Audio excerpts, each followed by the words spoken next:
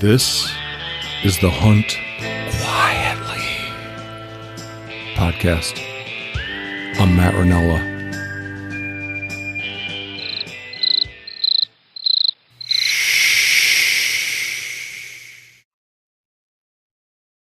All right, I'm excited to be here tonight with you, Adam Miller. We had several things that we were thinking about talking about. You'd sent me some things, I'd sent you some things, and then when I looked at this one article you sent me, I decided, and you agreed, that we'd essentially put everything else on hold because this is so critically important, this article that you found.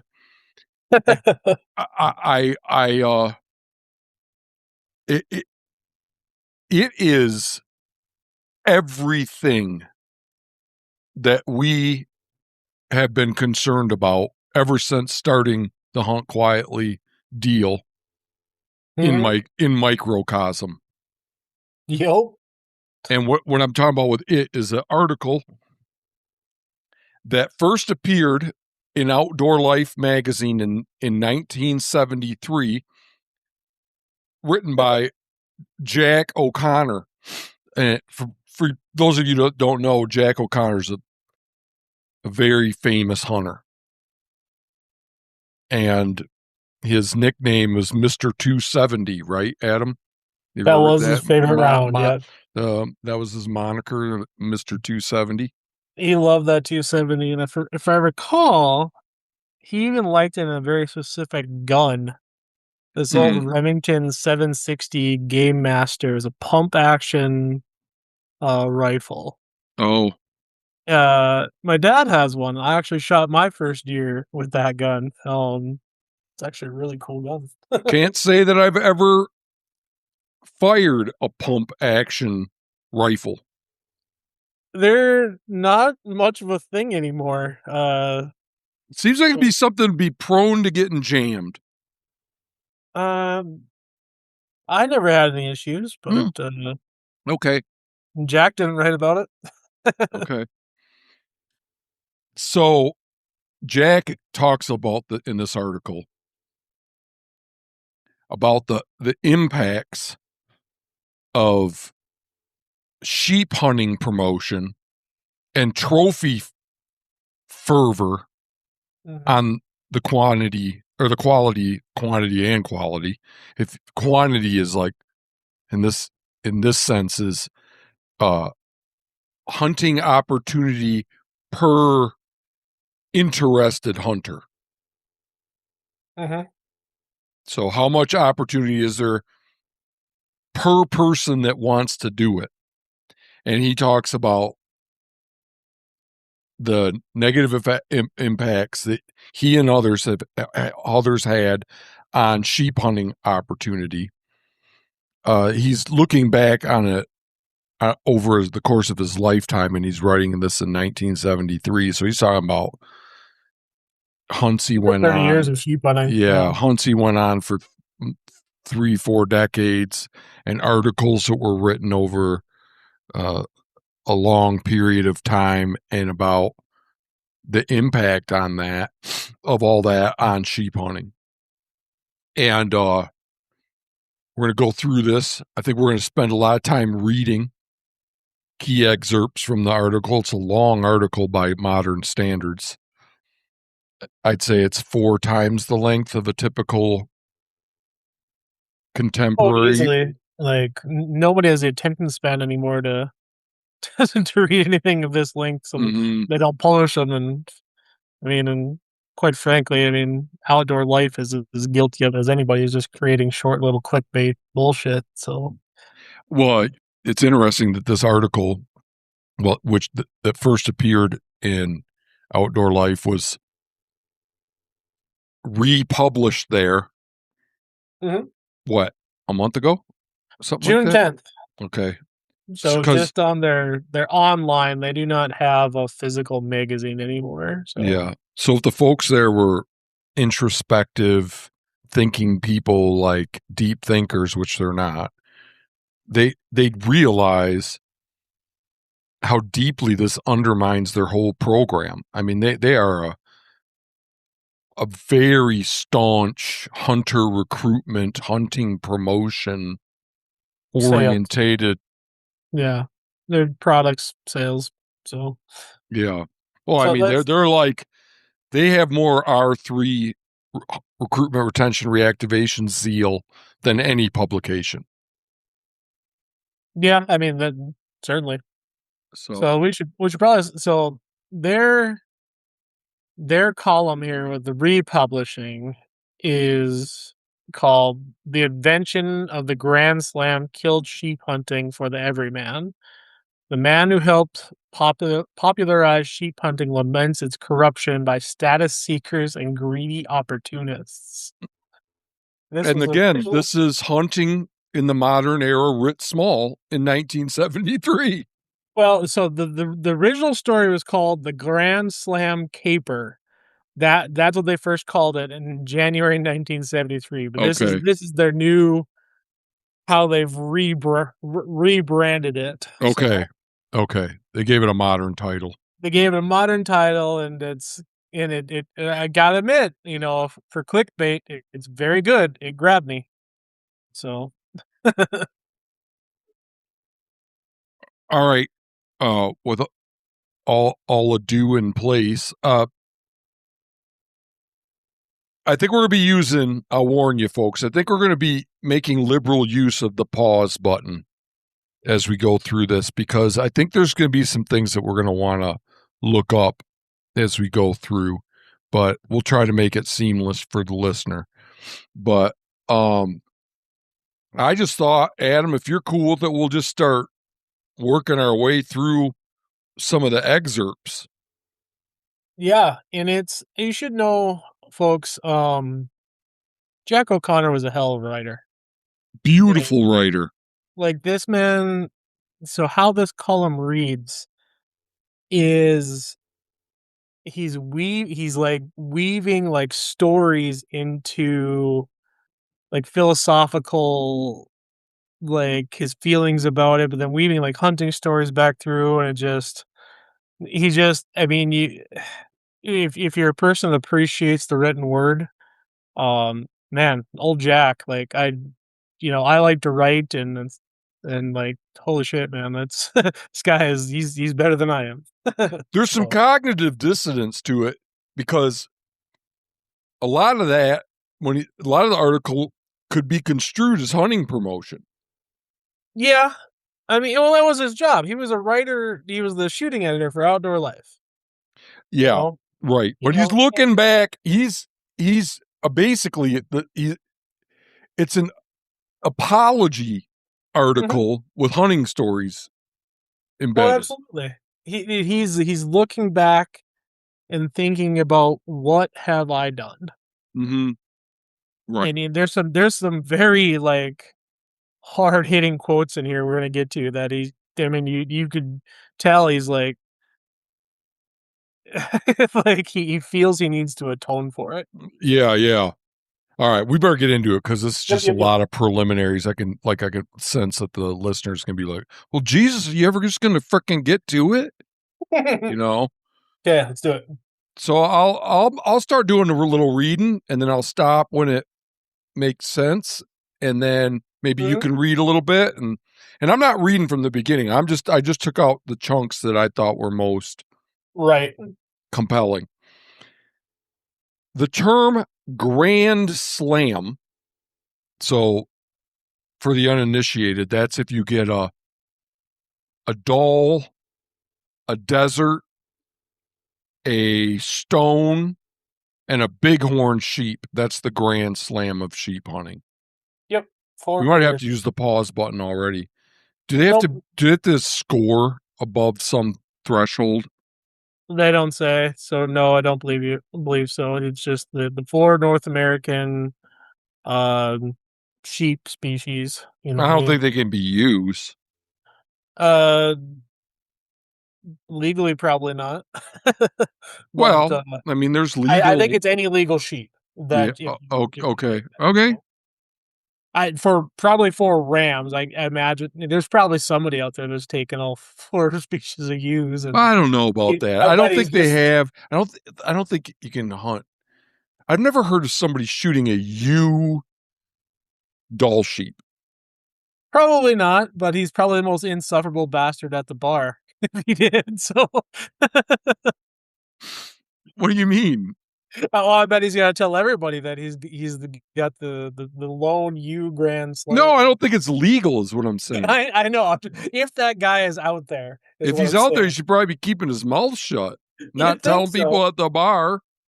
Um, All right. already, this is getting heavy on speculation because I Okay. don't know. Maybe there's some place where there is a ewe freaking The only place doll I know sheep you hunt. can take a ewe. I'm pausing. I'm pausing. Okay. All right. There's no doll sheep ewe hunting opportunity. And as Adam suspected, it's any legal ram. So, anyway, okay. So, we got that. The term Grand Slam was fastened to the feet by my good friend, the late Grancel Fitz, New York writer, outdoor life contributor, advertising photographer, big wheel in the Boone and Crockett Club, trophy hunter, record compiler, and student of hunting literature. In about 1949, Fitz wrote an article called A Grand Slam on Sheep for True Magazine. It concerned a successful hunt he had made for doll sheep in the mountains surrounding Kusawa Lake in the Yukon. When Grancel Fitz wrote that piece on his Yukon hunt and coined the phrase a grand slam on sheep, he knew not what he wrought. The accomplishment struck hundreds of hunters as being the most prestigious caper a big game hunter could pull off. Various stories and articles in outdoor magazines publicized the Grand Slam. It became the holy grail of American hunting, and dozens of hunters started working toward it. Now, well over 200 people claim to have shot all varieties of North American sheep. I am convinced that the term Grand Slam and the attendant publicity have made the mountain sheep the number one North American trophy. In my time, I have written a good many stories of sheep hunts and articles on sheep. Some of the boom in sheep hunting may well be laid on my doorstep. I hope that when I arrive at the pearly gates, old St. Peter does not hold it against me. But if he does, I will not argue. I'll simply bow my head, turn around, and go down below where I belong. I want people to really How's that ponder. for a mea culpa? I really want people to ponder that because old old Jack here was a godly man, Oh, he and was? I Is it? believe so. I Okay. think that's for a reason that he put that in, and Okay. he literally says there, "If I get sent to hell for what I've done to sheep hunting, I will." All right, I understand. So, do you think that any of these modern guys, um, like my brother or Remy Warren or Randy Newberg or oh God, Chris B or Josh Bomar or any of them, on and on and on, etc., will ever issue a mea culpa like that in their old age, like Jack? I mean, I don't list. I think it's possibly the only one, or maybe two, and maybe your brother, and maybe Newberg. Mm-hmm. The other ones, I can't see it.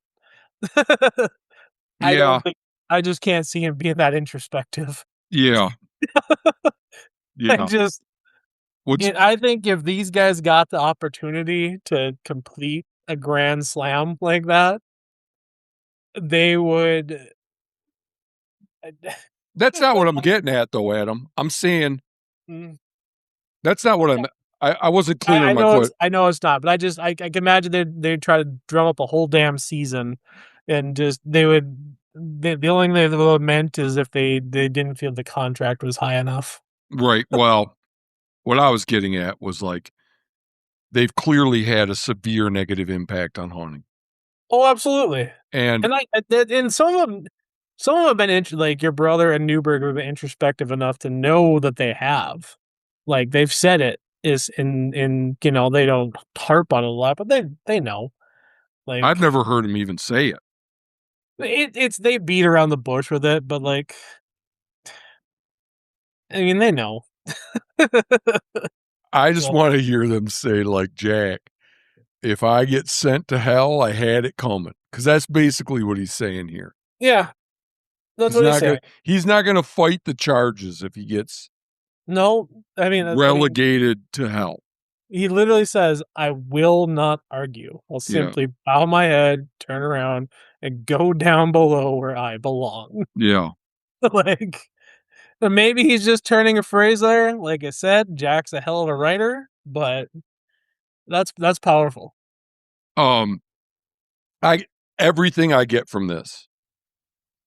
I mean, everything I get from this is that he thinks it's had a negative impact. That his articles have had a negative impact.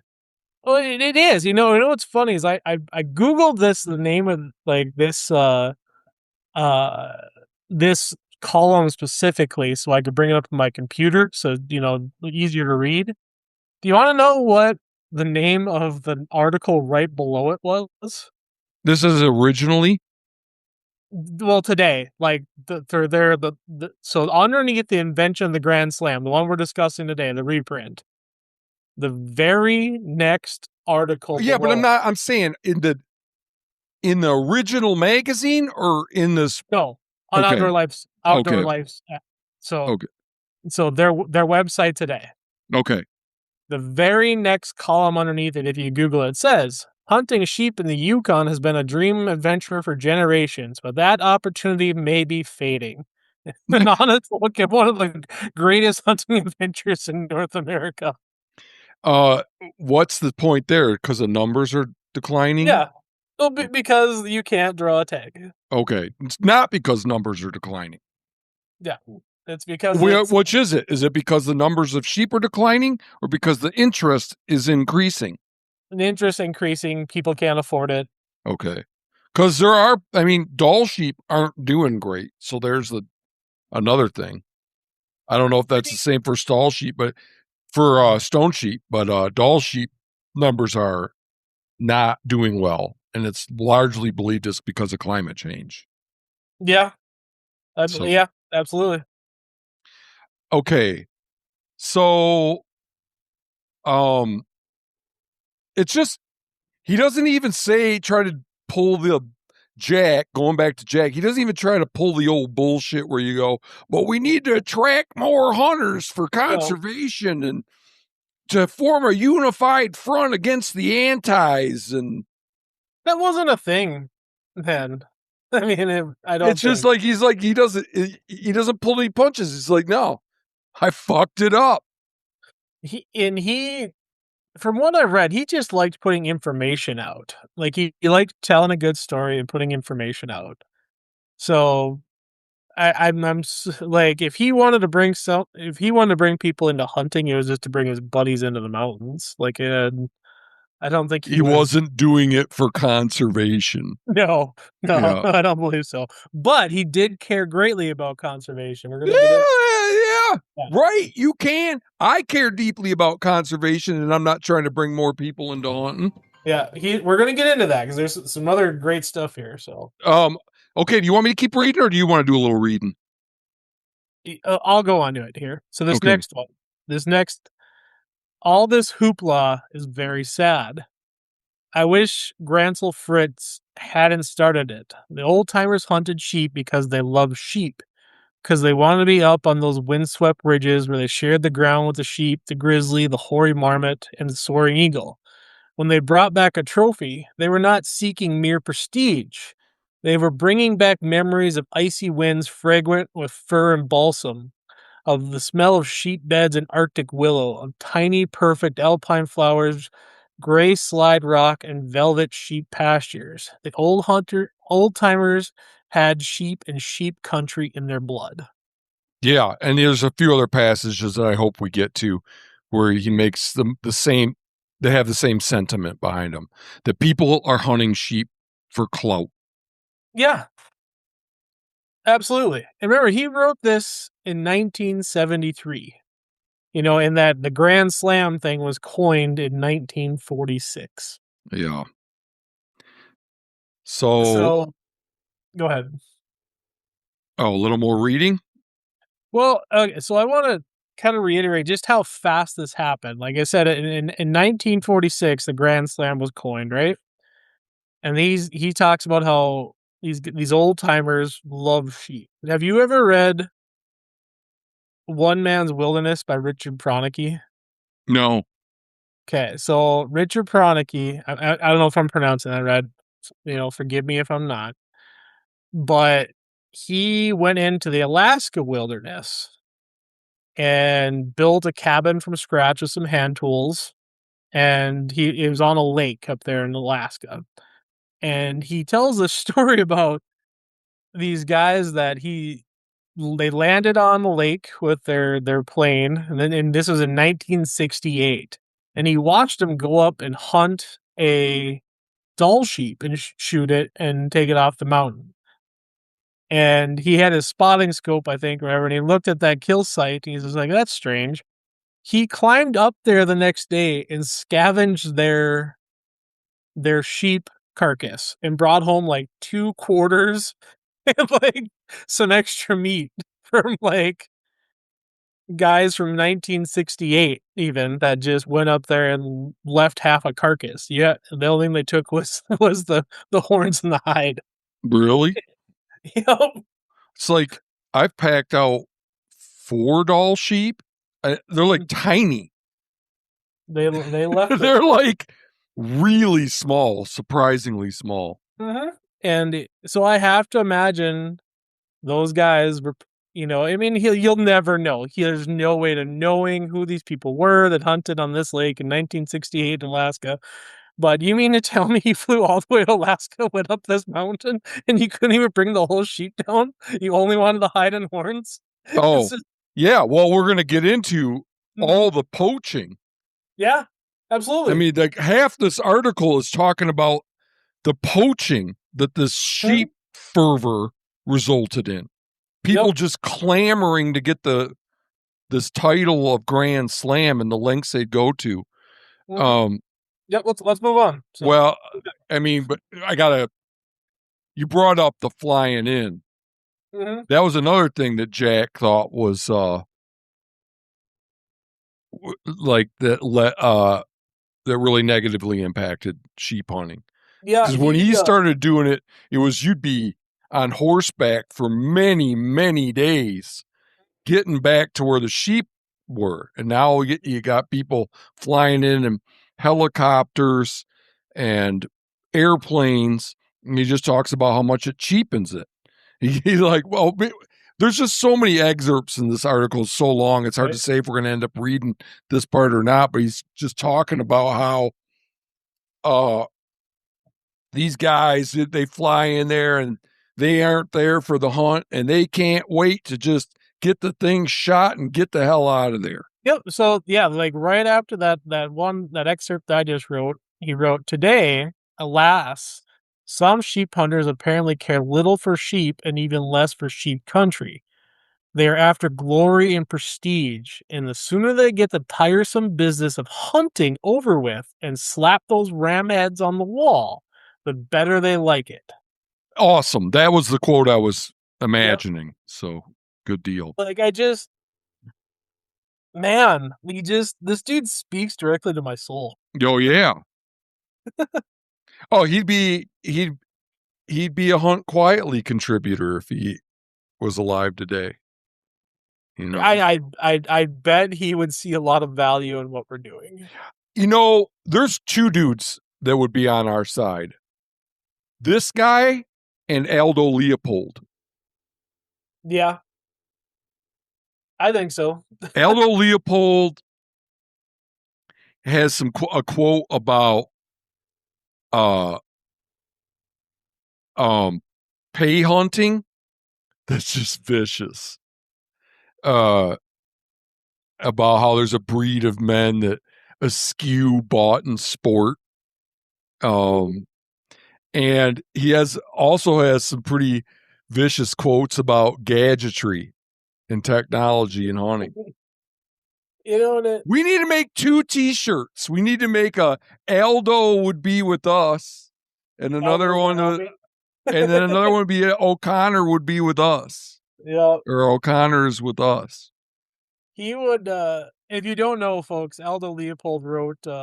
If you don't know what Yeah. Leopold is, you need to fucking just you need to stop listening to this podcast and go get a book. Go get Sand County Almanac. Yeah, his Mona Lisa is a Sand County Almanac is the name of it. And again, like that shit reads like poetry to me. Like it's beautiful. It's the book I throw in my pack to like read on the mountainside during like down times when I can't take a nap or something like that, but the elk aren't bugling.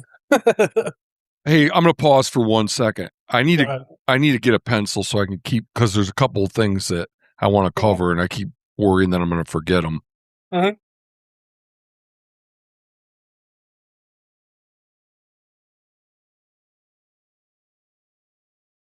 Plus, I had to get another Michelob Ultra 0% alcohol. Boring. Talking's thirsty work. You're drinking the real deal, though, I bet. That I am. You dirty dog. Okay, so I'm tempted to right now take another pause, and we got to do 2 pauses and figure 2 things out, but I don't know if now's the time to do it. We need to look into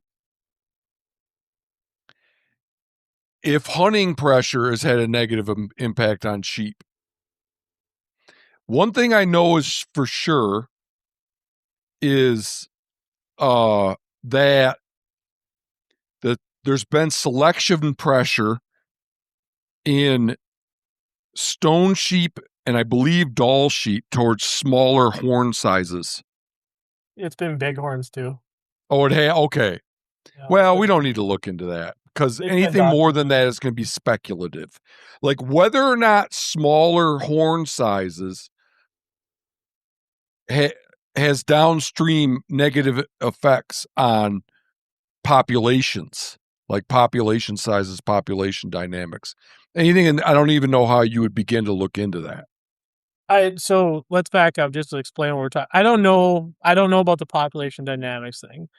I do know that it has put downward pressure on trophy size.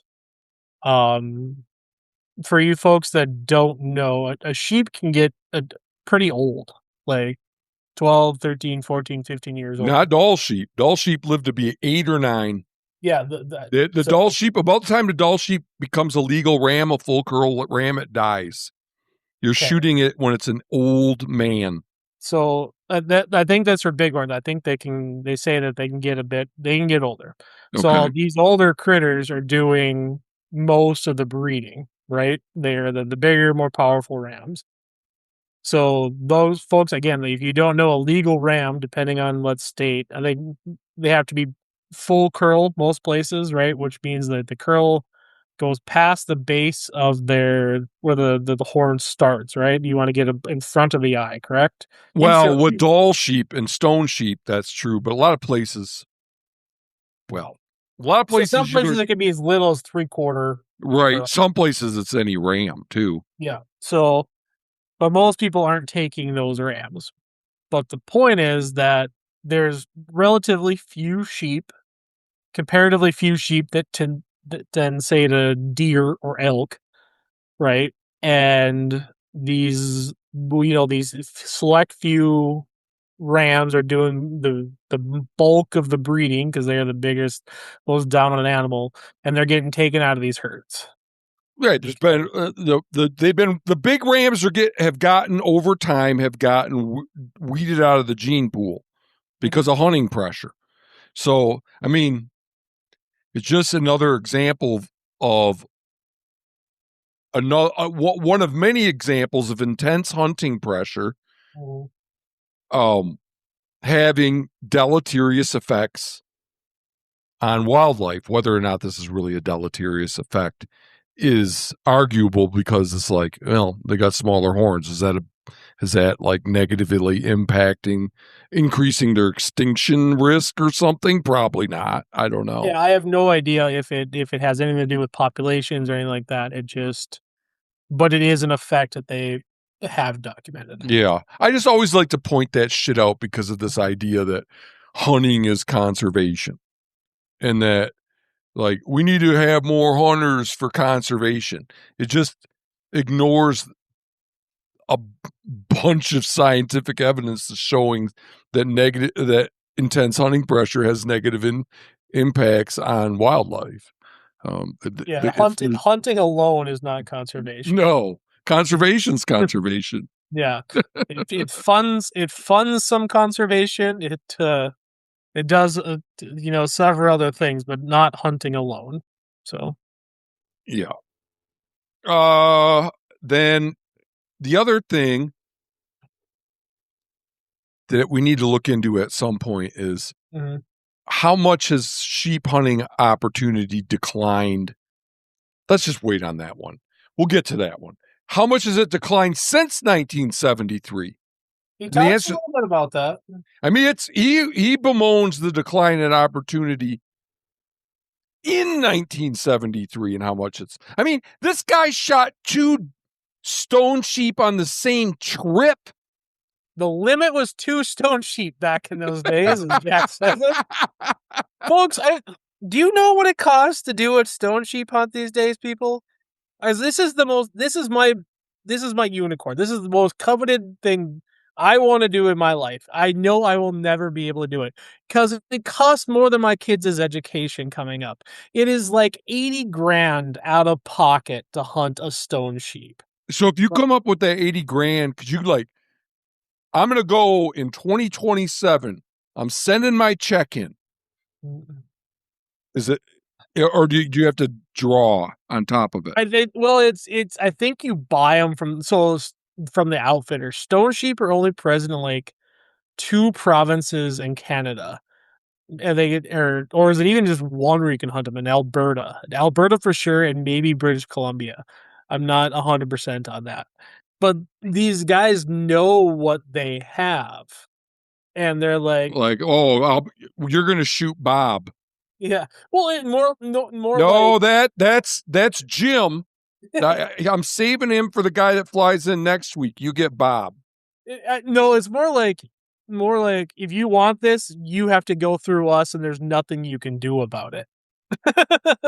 Okay, but my question, do you know the answer to that question? Let's say I have 80 grand burning a hole in my pocket. Could I go stone sheep hunting In a next couple year? years, they're booked out. So Okay, yeah. I mean, I've killed 2 sheep. I've killed a Dall sheep and I've killed a bighorn sheep.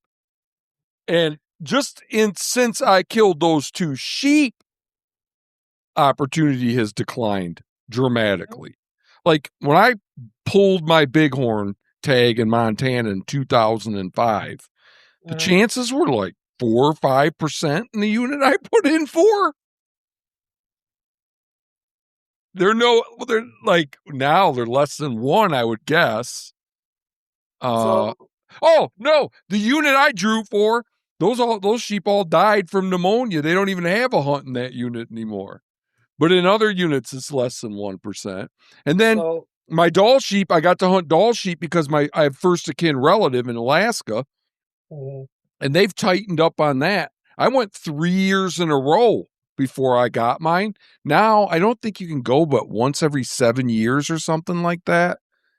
It's really gotten tightened up. So I'm going to put something out there just to give you the odds for North Dakota. North Dakota has a small population of bighorn sheep, right? These are bighorn sheep were native to North Dakota. Lewis and Clark wrote about them. They died, were extirpated, and have been brought back a couple different times where they had to boost from sheep from Alberta, so on and so forth. There's give or take in any given year 3 to 5 tags available, right? 20,000 applicants. Jeez. And why do we need hunting promotion again? Like, yeah. And folks, I mean, that's what. that is my best shot at ever going. Right. You're not going sheep hunting, dude. I'm just sorry to break it to you. Maybe I don't know. If I win the lottery, I'll buy you a sheep hunt, but that's about you know, and it's not like I'm alone, like, in that, but it's like, man, what are we doing here? Yeah. So the reason why I want to know a stone sheep, I just think they're the most gorgeous of the sheep species. The stone sheep is beautiful. They're just, in the country that they live in, it's just, look it up, folks. Like, it's just, That you're starting to do stone sheep promotion. I'm sorry. Well, you tell me this about sheep hunting, like, hunting the sheep isn't all that difficult. The country they live in is difficult. Yeah. So, I mean, I'd say that's true for all sheep. Maybe it's more so for stone sheep, but I think, all sheep. The country they live in is rugged. It hurts. But like, the hunt, like the critter itself isn't super elusive. So yeah. Oh man, the one I got sure made it tough on us. I'm sure, but not the point. It was Anyway. unbelievable. But I chased that thing for freaking almost like a full 24 hours straight. I chased that thing. But a little more reading. Yeah, let's move on. Bob Householder, an Arizona writer and part-time sheep guide, has formed a club with membership restricted to those who have made the Grand Slam. He keeps the records and sends out several newsletters a year. Members are entitled to wear a shoulder patch showing the head of a doll ram and the legend Grand Slam North American sheep. One taxidermy firm has created a gold pin with 4 sheep heads alleged to represent the 4 species. Membership in the club is supposed to be a matter of great prestige. And some lads who have fallen into the clutches of the law for poaching desert sheep pleaded their desire to belong to the club. I am a dues-paying member myself since I like to keep up with sheep hunting gossip. So he's saying there that people have poached to get into this elite club of Grand Slam title holders. And there's a lot more about poaching in here. But it just, I mean, that's what freaking trophy worship and hunting freaking promotion and bragging, that's what it does. And this is before social media, folks. This is 40 years before social media. Oh, yeah. Social media just made it way easier. Put this shit on steroids, A little more reading? Yep. Okay. As a shooting editor of Outdoor Life, I got many letters every year from hunters who wanted the Grand Slam. I had to discourage most of them. The feat becomes tougher and tougher to accomplish. Permits for desert and Rocky Mountain bighorn sheep are difficult to get, sometimes impossible. which was not the case early in Jack O'Connor's sheep hunting career. I hate to call it a career, sheep hunting interest. Yeah. Seeking the prestige of the Grand Slam has given rise to a tremendous amount of lying, poaching, and cheating, particularly as regards to Desert Bighorn. One year I went to the annual award dinner of the Boone and Crockett Club. One of the prize-winning trophies was a very good set of desert ram horns on a very small scalp that had been stretched to the limits in mounting. It was obvious that the skull had been picked up somewhere, and a taxidermist had stretched the scalp of an immature ram over it. How the judges could have been fooled, I'll never know. I have seen several such mounts. A prominent taxidermist has told me that a high proportion of desert sheep trophies sent to him for mounting by various outfitters were picked up ram horns with scalps from ewes and immature rams. One famous trophy hunter who has now passed to his reward is listed by Householder as having more than one Grand Slam. After his death, the man's best friend told me that the man had never shot a desert bighorn. When he hunted desert sheep, he sent his guide up with the rifle, and the trophies were brought down for his approval. Desert sheep hunting is very hard work. Should I keep going with a little more of this poaching? Yeah, please do. Like, let's talk about all this poaching. Okay. In another case, an acquaintance of mine told me of two magnificent rams he had taken.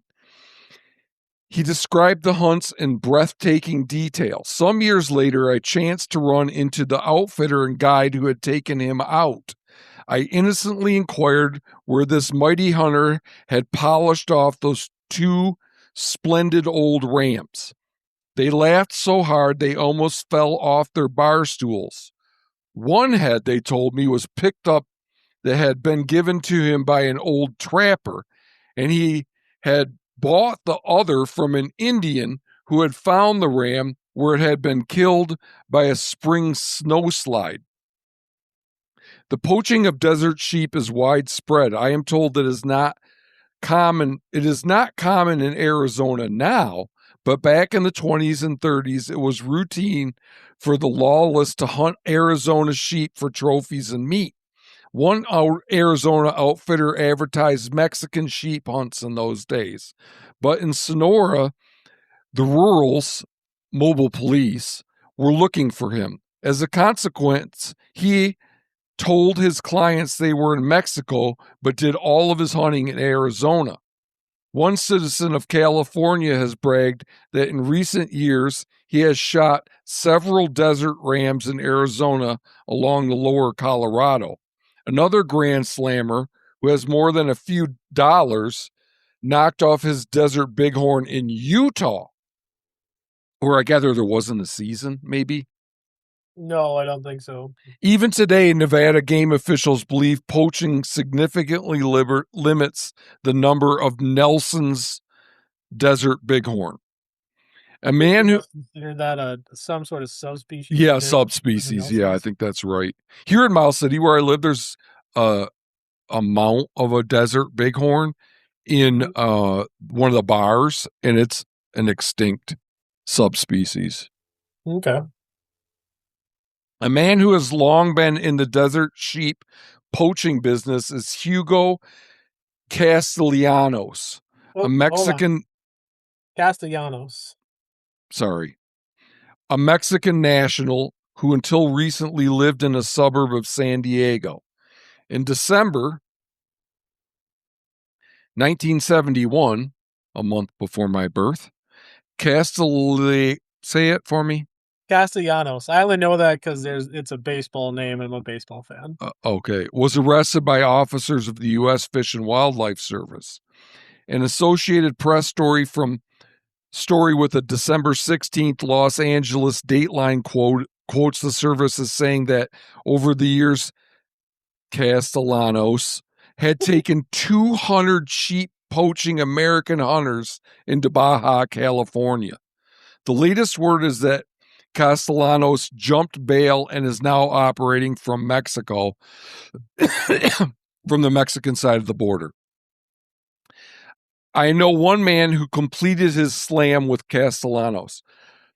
I understand that Castellanos guaranteed every client a trophy. In order to be able to do this, he kept Mexican hunters out in the mountains. They shot rams and brought the heads and scalps to Castellanos, who had a warehouse on the Mexican side. If the client didn't manage to shoot a ram, he took one of those heads home. The fee was $1,000 for the first head. If the client wanted to be a real desert sheep hunter, he could get a second head for $500 and a third for $250. That's merchandising, he says. O'Connor exclaims. We're almost done, folks. People should know Jack here was plugged in. Oh, This yeah. was a small community with sheep hunters back then. Still is, because like literally the sheep hunting like club conservation is called the 1% club. This is like the less than 1% of people have been able to hunt this.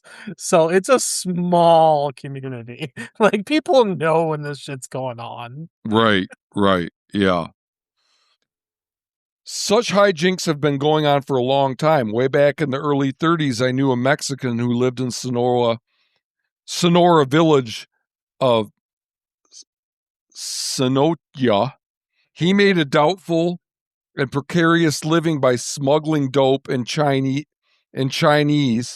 smuggling dope and Chinese, and by running off an occasional cow and selling the animal on the American side. He also shot big rams for a Los Angeles taxidermist who came around once a year to pick them up. The most famous example of barefaced poaching of desert sheep was revealed by the Swanson case in California. Swanson, a California taxidermist, took trophy-hungry hunters out to poach rams in the Anza Borrego State Park and other isolated areas in the California desert. His fees were high. Swanson pleaded guilty. He had good bookkeeping records, and a considerable number of hunters had their desert sheep heads seized and paid fines. Oh, man, if anybody should have not been keeping records. Right. One of Swanson's clients had just completed a Grand Slam, was about to receive a prestigious award that goes to outstanding big game hunters. It was learned that state as well as federal authorities were going to put the arm on him at the award ceremony. He landed in California, but he was warned. He turned around and went back to the place he had come from. So we're going to interject here real quick. Yeah. Obviously, this dude had money. He got tipped off that the states and the feds were going to pick him up. Someone in the states and the feds let it slip that they were going to arrest him here, and they let him go. Yeah. Yeah. Like this dude, like that guy poaching was connected. Yeah, I think that's a good supposition. Yeah. Bob Householder, keeper of the Grand Slam records, tells me that over 200 people have presumably collected all four varieties of North American wild sheep. It's a big deal. Several have now had the honor of knocking off all four varieties in one season. That's a pretty breathless operation and requires a lot of rushing about, but it can be done if the hunter has sufficient scratch. I noted that 7 women had taken the Grand Slam. I heard somewhere that one lad of 17 or 18 years of age had done it all within one season, I believe. That's some daddy's money right there. Yeah. Of the 200 or more Grand Slammers, Bob Householder tells me that 60 have completed the slam with Arizona rams. Where did all those other desert sheep come from? No vast number have come legally out of Mexico, and certainly not all hunters who took legal desert rams have taken the 3 other varieties of sheep. What does he mean by that? So no vessels have come. So let's break it up. So some have come legally out of Mexico, and But not certainly, a lot. yeah, and certainly not all hunters who took legal demands. So Oh, I think they're probably selling their trophies to let other he's saying a people. lot. Where are all these sheep coming from? Because a lot of people Yeah. that have killed desert bighorns don't have the Grand Slam, and still we have these 200 people that have the Grand Slam. Yep. So I So I think think he's saying that the numbers don't add up. they don't add up. Guys are either poaching or selling their trophies or whatever. Yeah, Shenanigans. yeah. And then he concludes his article with, do you want to read the concluding Yep. paragraph? Jack concludes here. I love sheep hunting. I love sheep country from the hot, barren mountains of Sonora to the slanting sheep pastures far above timberline in northern British Columbia and the Yukon. The days when hunters packed into wilderness areas, climbed, sweated, looked over enough sheep to get outstanding rams and shot their own, I thought it was the greatest field sport in the world. It's still a great sport, but the instant sheep hunters out for prestige and the crooked outfitters out for the fast buck are making sheep hunting stink pretty bad around the edges. Thanks, Jack. Thanks, Jack. Um, yeah, So yeah, he talks a bit about the plane, helicopters, about guys like getting dropped off above the sheep, with the helicopters and just walk their way back down. You but it's know, just like, go in, get the trophy, get out, he says. So yeah, it's like buying a steak or a can of corn in the supermarket. right, right. I remember that quote So in it there too. Yeah, clearly Jack cares a great deal about sportsmanship and doing things the right way. Uh, and putting in the work. I gotta appreciate him for that. And like I said, it's the way he writes about landscapes, it's beautiful. So again, I appreciate that. But you could clearly tell here, Jack regrets some things. yeah, yeah. Anything else about sheep? No, this, yeah, it's just a pipe dream, unfortunately for me. We were gonna talk a little bit about a little article called Point Creep, and sheep. Oh, We yeah, don't have to get into that much. Sheep has got the worst point creep. Period. Like I've run the numbers. Like some of these units, that like if I start like even like a decade ago, if I started applying, like theoretically, I would never actually draw the tag in a number of those units, and I would just be making my 250 or $100 donation to the state every year, and yeah, without ever a promise of getting a tag. yeah, So, and that's just the way things are now because we we we put a trophy on the trophy with the name of Grand Slam. yeah. So, I wonder how much easier it'd be to get a sheep tag if you couldn't post it online. well, and they do some things, that maybe help some. Like some states require you like to put up the money for the tag ahead of time. So like you got to put your 2,000 or $2,500 in, and you're out that money until you get it back. 3 months later if you don't draw. So that's some discouragement, but it's still. No, but I mean, if you uh, if you couldn't hunt for the clout, like if you Jack's talking couldn't about. hunt for clout, So there's this well, there's a survey that came out last year that like 42% of what Gen Zers, I think maybe it was, young people in their late 20s, early 30s wouldn't go on a vacation that they couldn't post about online. right? So what percentage of people wouldn't want to go on a sheep hunt that they couldn't post online.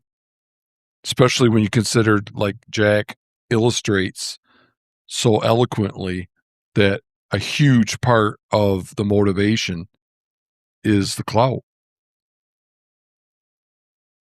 Yeah, even back then when you didn't post it online, you just Yeah, you yeah. showed It was physical photographs. yeah, the bragging was much more local back You know, then. I just I don't know. I'd like to think less. I don't know. Some of these guys would certainly be a sunk cost fallacy at this point. If you're sitting on to 20 sheet points, you'd be like, oh, Oh, I'd like to think the same amount. I'd yeah, like to think that nobody's putting in for because they want a sheep to brag about. yeah. But There's certainly got to be some that are like, especially the guy that needs the last ram or something like that, so he can get in the club, get his name in the book, yeah, stuff yeah. like that. And it's shit, man. Like I don't even do fish tournaments because I think it cheapens the experience. I did one 4 or 5 years ago, and I didn't feel like it didn't feel icky to me, but maybe I think it would now. I'm becoming more of a purist in my old age. It just, ugh. Yeah, it's just like it's just not good for for the pastime. I mean, No, fishing competitions probably aren't that don't have that big a negative impacts, but like Boone and Crockett, I mean, like these record books are freaking horrible for hunting. oh, I hate the Boone and Crockett Club and Pope and Young. I hate them both. They they that shit commodifies hunting land. Like Well, like I want a 180. I'm going to rent a farm so I can get my 180 my biggest pet peeve of it is how much it cheapens that animal. That by reducing it to a score. by reducing it to a number down to the eighth of an inch. I you know okay, go yeah, I agree. Here's the thing. Like I'd like the idea of having the scoring system so you could just kind of maybe this cheapens it too, Adam. I'll be curious to hear what you say. I I I like to go like, oh, how does this thing relate to other? How does this deer relate to other deer in terms of its like the size of its rack? So I'm gonna score. I'm gonna score it to see how it relates to other deer that have been killed. You know, And um, that's their argument is they want to keep a record of the great examples of the species and how they compare. And if it were I guess my maybe they are, but when they also do gross score versus net score, because the deer had some imperfections, so we need to take some points off because it wasn't the same on either side. It's just I'm like, yeah, that's not where I was quite where I was going. Let me finish my point. What okay, I'm saying is, I could see just scoring it so you can say, oh, it's a 150. I know a guy that shot a 170. But most of the deer I have are 130. So this is a pretty good one for me. It's the and fucking book that you publish it in that I think is where the damage comes in, the real damage. yeah, I mean for conversational pieces, sure. I mean But the then like the part about I also have a point about the like the sticker and the gross and the net and all that. Mhm.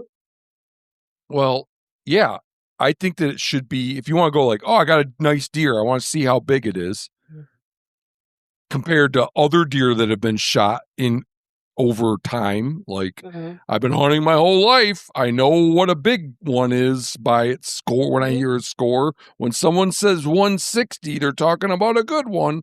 And when they say 180, they're talking about a huge one. Well, instead of that just have it be water displacement. Yep. It doesn't matter if it's like asymmetric or whatever.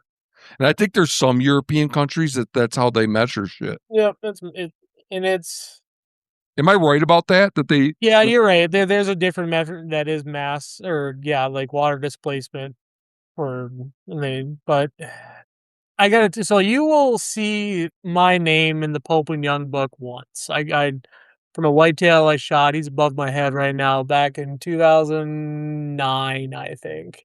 Well, And show it to just me. Point I, point your computer at it. it's a desktop. Not Oh,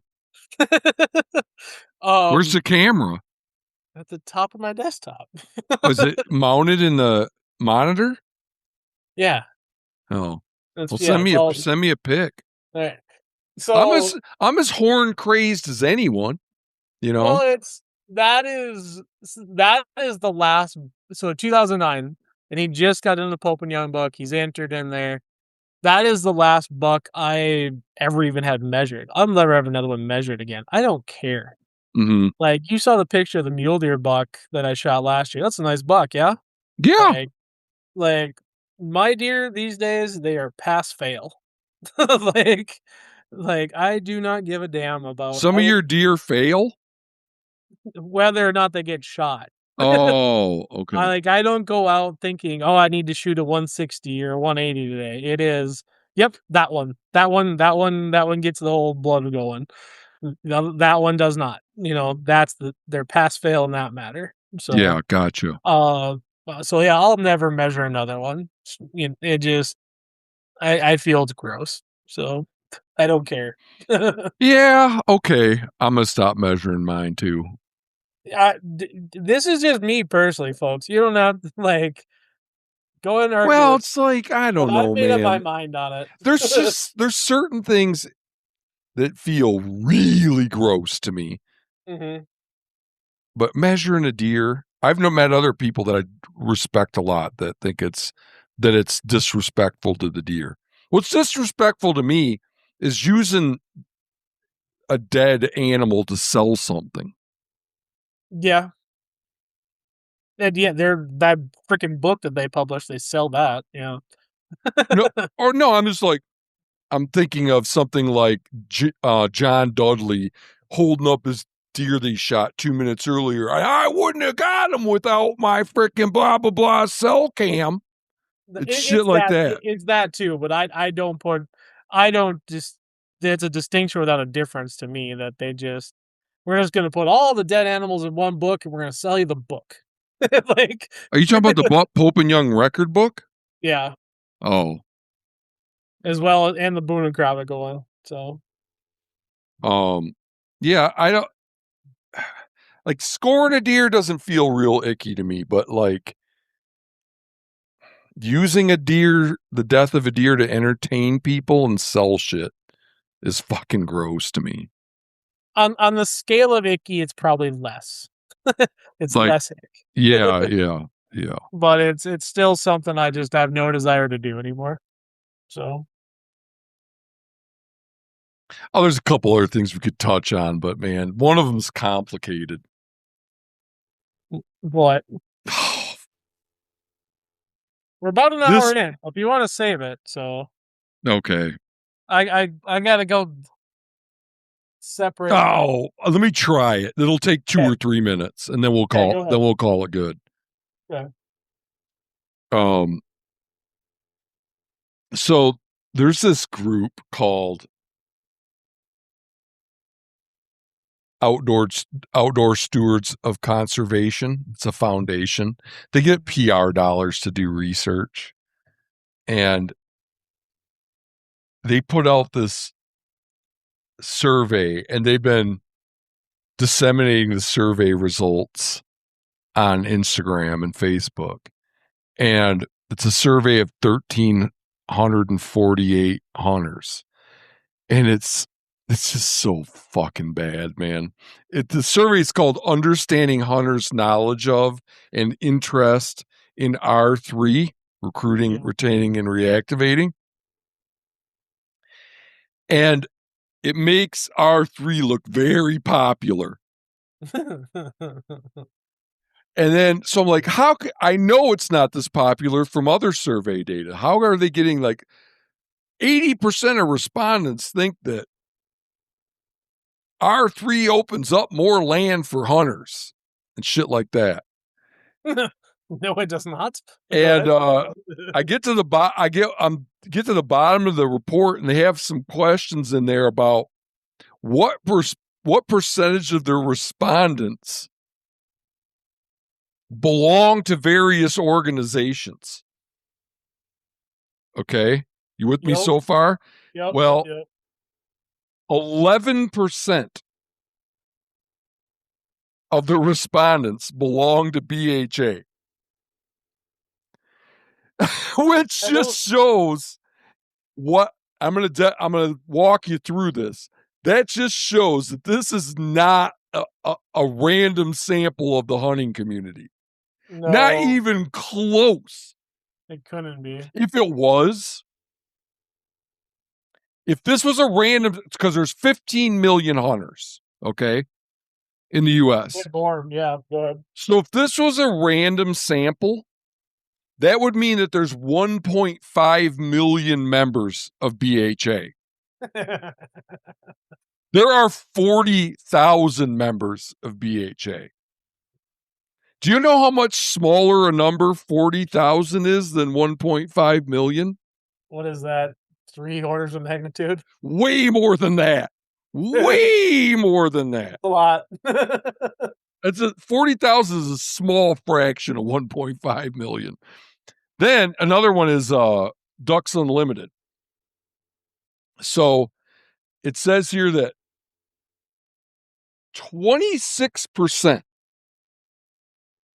18%. 18% of respondents to this survey belong to Ducks Unlimited. So for this to be a random sample, that would mean that you'd have 3.5 million Ducks Unlimited members. Mm-hmm. There's 700,000. So, okay. So the point is, ladies and gentlemen, if you're not following the math, that they put out this survey that's supposed to be that you're led to believe is a random sample of the hunting community. It is so not that. I mean, you can make a survey say whatever you want. I wonder if like BHA had. I wonder if they contacted BHA like, hey, can you send this to? No, in their methods, they say how they got the sample, and they went through some company that keeps a server, like a list of hunters. Yeah, but it's like, was BHA sharing data? Was like, it still no, doesn't. it's no. Well, no, it's not. It's the same for Ducks Unlimited and 6 other organizations. Okay. So the bias is they found hunters that are willing to fill out survey data. No, I'm not saying that. No, I do not think. Yeah, something like that. I'm not saying that they went out looking to cook the books. Mm-hmm. Maybe they did, but I don't know. I'm just saying that this is not a random sample. Like, right. So it's fucking meaningless. It's like going into Napa. Okay, going into Napa, and we're gonna figure out: are Americans concerned about automobile emissions? Sure. And go into Napa, and your survey is the guys working behind the counter at Napa. Sure. They. It's like going to a bar and going like, we want to gauge Americans' concern over cirrhosis of the liver. Yeah. And then you come out, you ask everyone in the bar, are you concerned about about your risks of cirrhosis? No. You think you might get like not a fucking unbiased estimate of our concern about liver disease in the bar? Yeah. Doesn't quite work, does it? It's like these people put out a meaningless survey, and they're disseminating the results And they spent money on online. Yeah, it. it's so asinine. But anyway, You know what's so. funny is like you're probably one of the very few people as a data scientist that just caught that immediately. Mm, Like I don't have to spend much time looking at something before I smell a rat. and you because like I read it too, and like I did like the abstract and like your conclusions and like and then like it didn't even occur to me like how'd you guys get this sample? You're Like right, right, and now right. hearing you say that's like, oh wow. Wait. Yeah, yeah. All right, well, that was fun, and I gotta say, man, that was thank you for bringing that article to my attention, the Jack O'Connor.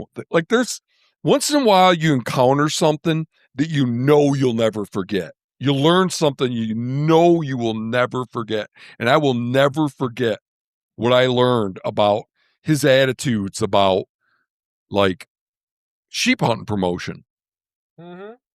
and making it a prestige thing. That will always be something I remember as I continue to try to do my best to say, hey, man, hunting for clout and trying to draw people, more and more people into a pastime with less and less opportunity is not a good deal as I continue for the existing hunting community, as I continue to try to Yep. make that point. This is something I'll never forget. I'm gonna So give Jack a touch of slack. I'm gonna say I hope he's not burning in hell. I don't think he is. Um, I think he I, deserves a lot of great. yeah. I I've often said this in my life. I wonder what you think of this. Mm, I have more warmth towards towards people that have done me wrong and apologized hmm. than people that have never done me wrong. Sure, And I I'd think say so. more generally, people not even me that have done wrong and apologized than people, even if it's not to me. Well, and again, I don't think I don't think he was ever trying to like. I need to get as many sheep hunters on the mountain as I can. I think Jack just liked telling a good story, and people are like, "Wow, I want that same story." I would say the same thing about like guys like Newberg and my brother that didn't, they That's didn't, that's they, that's different to me because I Jack was selling magazines, I guess, and his books. Um, he wasn't doing product placement, you know. no, but I don't think that when Steve and Randy and some of these other guys started out that they would realize they were going to have ultimately have a negative impact No, on they didn't. You can actually you could see it very clearly in like the first season of Meat Eater versus the last, how much it changed. But the last. They still make the show, don't they? I don't know. I could watch it. Oh, I think you The mean when you latest, say the last, you okay. the latest. Uh-huh. Um, but it's still it was I don't know. It's not maybe those first seasons that they did were very, very similar, you know, but the latest, no, it's not. What do you mean? It's changed. Like the message has changed. Like No, what I'm saying is that early on they didn't know they were going to have a negative impact. sure. And Okay, I I'll don't give think that, and I'm saying, I don't think that Jack probably realized early on. uh, probably no. I don't think he realized it at all until it was too late. Yeah. Yeah. I think the reason I don't give any slack to these hunting celebrities now is because now I think they do know Oh that yeah. they're, well, Jack the wrote that in hunting public, 1973. just tacitly admitted it. Mm-hmm. They, they have stopped naming the state in their in It's a their start. hunting videos. How about So just stop like, your videos, guys? yeah, 2019, every video had the name of the state. Mm-hmm. And now not like three of them did, and they just did a podcast on not naming the state anymore. So it's like, yeah, they all these guys know. All these guys know. And they've decided the money is worth it. Yeah. To burn it. Yeah. All right, Adam. Thanks so much. Till next time. This was great, Matt. Thank you. Okay. Good night. See ya.